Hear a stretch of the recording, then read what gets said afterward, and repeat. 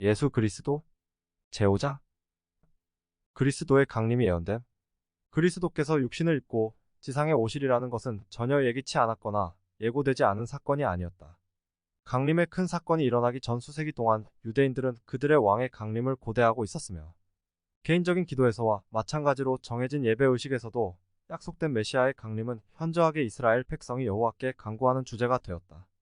사실상 그리스도의 강림의 시기와 방법에 대한 일반 백성들의 의견과 율법 선생들의 해석은 너무나 구구하였다. 그러나 강림에 대한 확신은 히브리 민족의 믿음과 소망의 기초가 되었다. 한때 참된 기록으로 여겨졌으나 후에 경전을 편집할 때 정경으로 받아들여지지 않고 제외된 다른 영감받은 기록과 구약에 수록된 각 경전으로 우리에게 알려진 기록들은 그리스도의 탄생 때는 물론 그보다 오래전에 히브리인들 가운데 널리 알려져 있었다.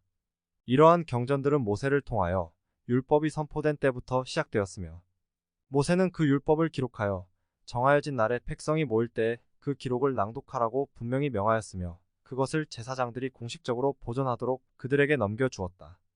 이러한 고대 기록에 하나님으로부터 위임받은 선지자들의 말씀과 임명된 역사가들의 기록과 수세기 동안에 영감받은 시인들의 노래가 추가되었으며 그리하여 주님이 성역을 베풀던 시대의 유대인들은 그들에 의해 권위 있는 기록으로 받아들여지고 존중된 방대한 기록들을 소유하게 되었던 것이다.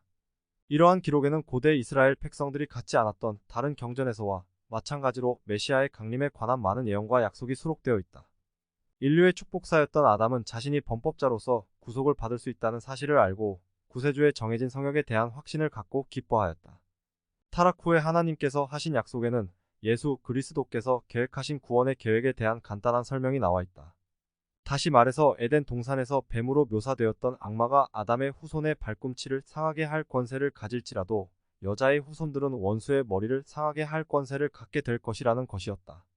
인류의 가장 큰 원수인 사탄으로 말미암아 지상에 소개된 죄와 피할 수 없는 그 결과인 죽음을 극복하고 종국에는 승리를 거두리라는 이 같은 확신이 여자의 후손을 통하여 성취되도록 계획된 것은 매우 중요한 의미를 지니고 있으며 이 약속은 특히 아담에게 주어진 것도 아니었고 이브에게 주어진 것도 아니었다. 필멸의 육체를 가진 아버지와 아무런 관계를 갖지 않고 여자의 후손으로 태어난 유일한 경우는 바로 예수 그리스도의 탄생이며 그는 필멸의 어머니의 아들로서 불멸의 아버지에 의해 태어나셨다. 그는 육체를 입은 영원하신 하나님 아버지의 독생자이시며 여자에게서 태어나셨다. 구약에 수록된 것뿐만 아니라 다른 경전을 통하여 우리는 하나님께서 아담에게 구속주의 오심에 관한 계시를 주셨다는 사실을 보다 완전히 알고 있다. 아담은 자신의 불순종에 대한 당연하고도 불가피한 결과로서 자신이 한때 누렸던 큰 특권, 즉 하나님과 개인적으로 직접적인 관계를 맺을 수 있는 귀중한 특권을 박탈당했다. 그러나 타락의 상태에 처한 그는 주님의 천사의 방문을 받았으며 그 천사는 아담에게 다음과 같이 구속의 계획을 계시로써 밝혀주었다. 여러 날이 지난 뒤 주의 한 천사가 아담에게 나타나 이르되 어찌하여 너는 주께 희생을 바치느뇨? 아담이 저에게 이르되 나는 주께서 내게 명하신 것 외에는 알지 못하노라. 이에 천사가 일러 가로되 이 일은 은혜와 진리가 충만하신 아버지의 독생자의 희생하실 모형이니 그러므로 내가 하는 모든 일을 아들의 이름으로 행하라. 또 회개하며 영원토록 아들의 이름으로 하나님을 부르라 하니라. 그날에 아담에게 성신이 임하셨더라. 이는 아버지와 아들을 증거하시는 이시라. 이르시되 나는 예나 이제나 태초부터 영원토록 아버지의 독생자라. 내가 타락하였음에 구속을 얻을 것이요 구속을 얻으려는 인류도 모두 다 그러하리라. 아담에게 주어진 주님의 계시로 하나님의 아들이 절정의 시대에 육체를 입고 세상의 구속주가 되리라는 제정된 계획에 알려진 사실은 야렛의 아들이요 무두셀라의 아비인 에녹에 의해서 증거되었다. 에녹의 말에서 우리는 그에게 그의 조상 아담에게 계시된 것과 마찬가지로 구세주께서는 인간의 자녀에게 구원이 임하는 하늘 아래 유일한 이름 예수 그리스도의 이름으로 모든 사람들에게 알려지리라는 것이 계시되었음을 알고 있다. 아브라함과 맺은 하나님의 성약 그리고 하나님께서 이삭과 야곱과 차례로 되풀이하여 성약을 맺으시고 확인하신 것즉 그들의 후손을 통하여 지상의 모든 민족이 축복을 받으리라는 것은 선택받은 혈통을 통하여 있게 될 구속주의 탄생의 전조가 되었다. 그 성약의 성취는 모든 시대에 축복받은 유산이다. 야곱은 유다의 머리에 손을 얹고 축복을 주면서 다음과 같이 예언하였다.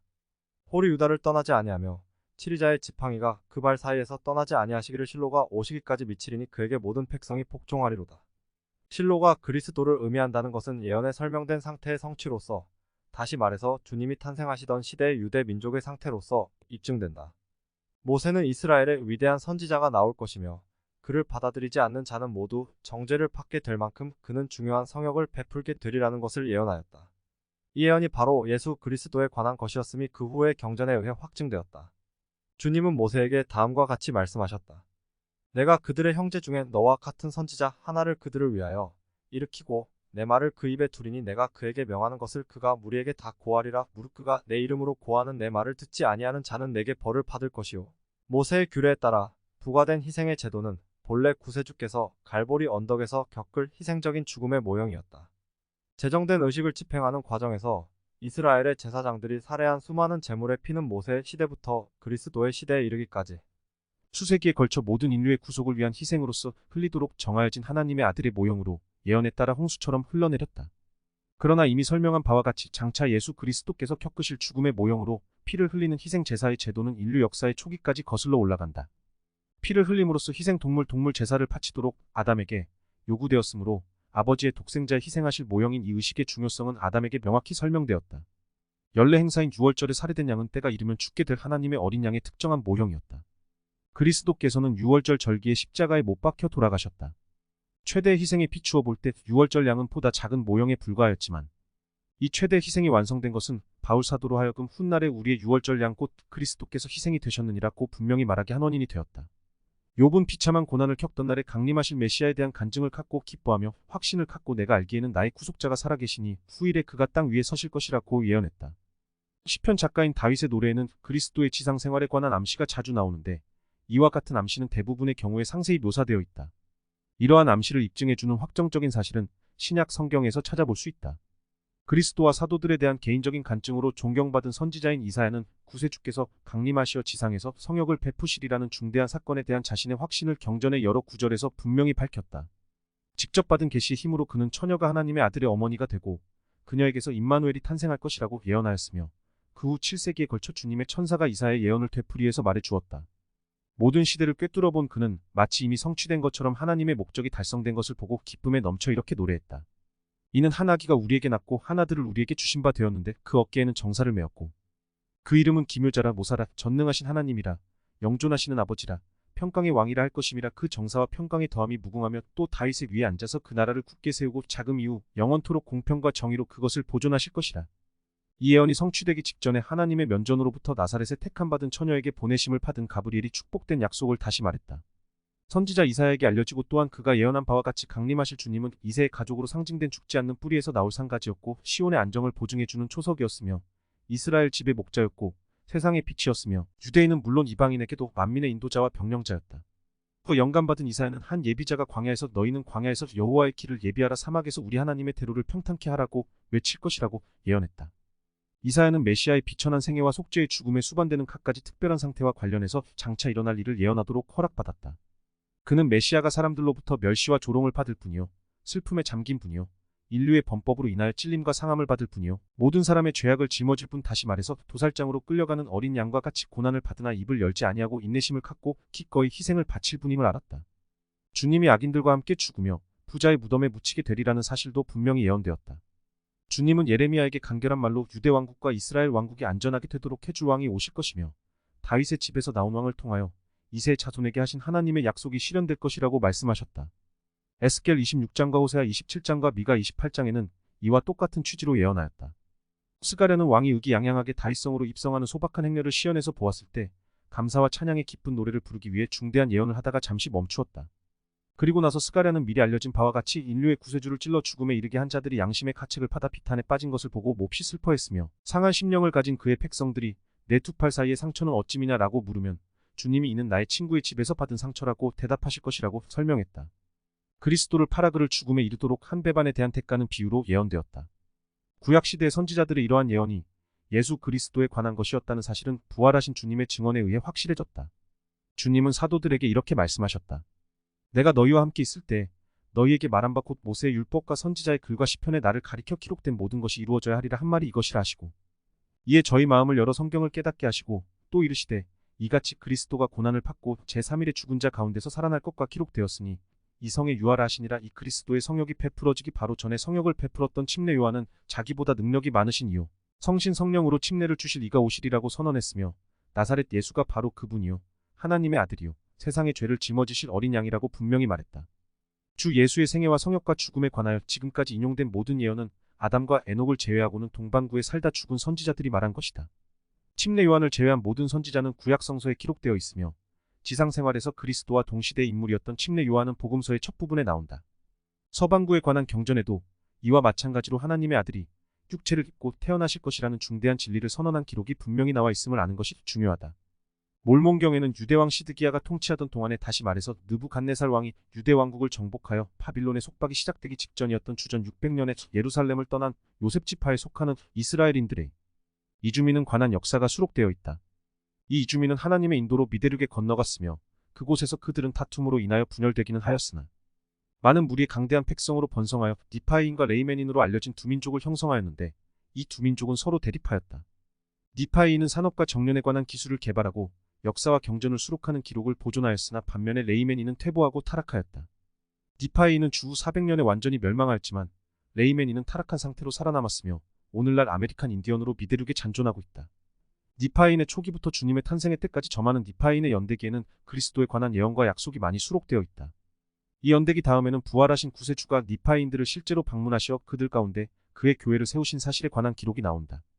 이주민의 지도자인 리아이에게 주님은 장차 있을 그리스도의 강림의 시기와 장소와 방법, 그의 성역에 관한 많은 중요한 사실, 그리고 길을 예비하는 자인 요한의 사업에 대해 계시하셨다. 이 계시는 리아의 이주민이 바다를 건너기 전에 아라비아의 광야에서 여행을 하는 동안 받은 것이었다. 리아의 아들로서 그의 뒤를 이어 선지자의 부름을 받은 니파이는 다음과 같이 예언을 기록하였다. 나의 부친이 예루살렘을 떠나고 난 600년 후에 주 하나님께서 유대인 중에 메시아 곧 세상의 구세주가 되시는 선지자를 세우시리라 하셨으며, 또한 부친은 부친께서 말씀하신 이 메시아 곧 세상의 구속주에 관하여 얼마나 많은 선지자들이 이를 증거하여 예언했는가를 말씀하셨으니 모든 인류는 하나님께 쫓겨난 백성이요 타락한 백성이라 이 구속주에 의지하지 않고서는 구원받지 못할 것이라 하시니라. 또한 부친은 메시아보다 먼저 와서 주의 길을 준비할 선지자가 오시리라고 하셨으니 그 선지자가 광야에 나아가 주의 길을 준비하며 그 길을 곧게 하라. 너희 가운데 너희가 알지 못하는 한 분이 서 계시니 저는 나보다 권세가 크시며 나는 저의 신들매 풀기에도 합당치 아니하도다라고 말씀하시리라 하셨으며, 나의 부친이 이르시기를 그 선지자가 요단강 건너 베다바라에서 물로 침례할 것이며 메시아까지도 물로 침례하리라고 하셨느니라. 또한 나의 부친은 그가 물로 메시아를 침례한 후에 세상의 죄를 지고 가실 하나님의 양을 침례했노라고 그가 간증하리라 하셨으니, 나의 부친께서 이렇게 말씀하시고 나서 나의 형제들에게 유대인들에게 전파될 복음에 관한 것과 유대인들이 불신앙에 빠질 것에 관하여 말씀하셨으며, 유대인들이 장차 오실 메시아를 죽일 것이나 능력으로 이방인 메시아는 죽은 자 가운데서 다시 일어나 성신이들에게 나타내 보이시리라 하셨느니라. 그 후 니파이는 그의 부친의 필기자로서가 아니라 그에게 알려진 하나님의 말씀을 전하는 선지자요 계시자로서 기록하고 있다.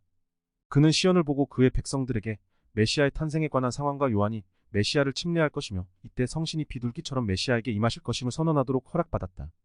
그는 백성들 가운데서 의로운 교사로서 활동을 하시고 병자를 고치시며 악령을 꾸짖으시는 주님을 보았고 갈보리 언덕에서 일어날 무서운 광경을 보고 간증했다. 또한 그는 택함받은 12사도 곧 어린 양의 사도들이 부름을 받는 것을 보고 예언하였는데, 이들이 어린 양의 사도들이라 불리운 것은 시연을 보여주신 주님이 그렇게 칭하셨기 때문이었다.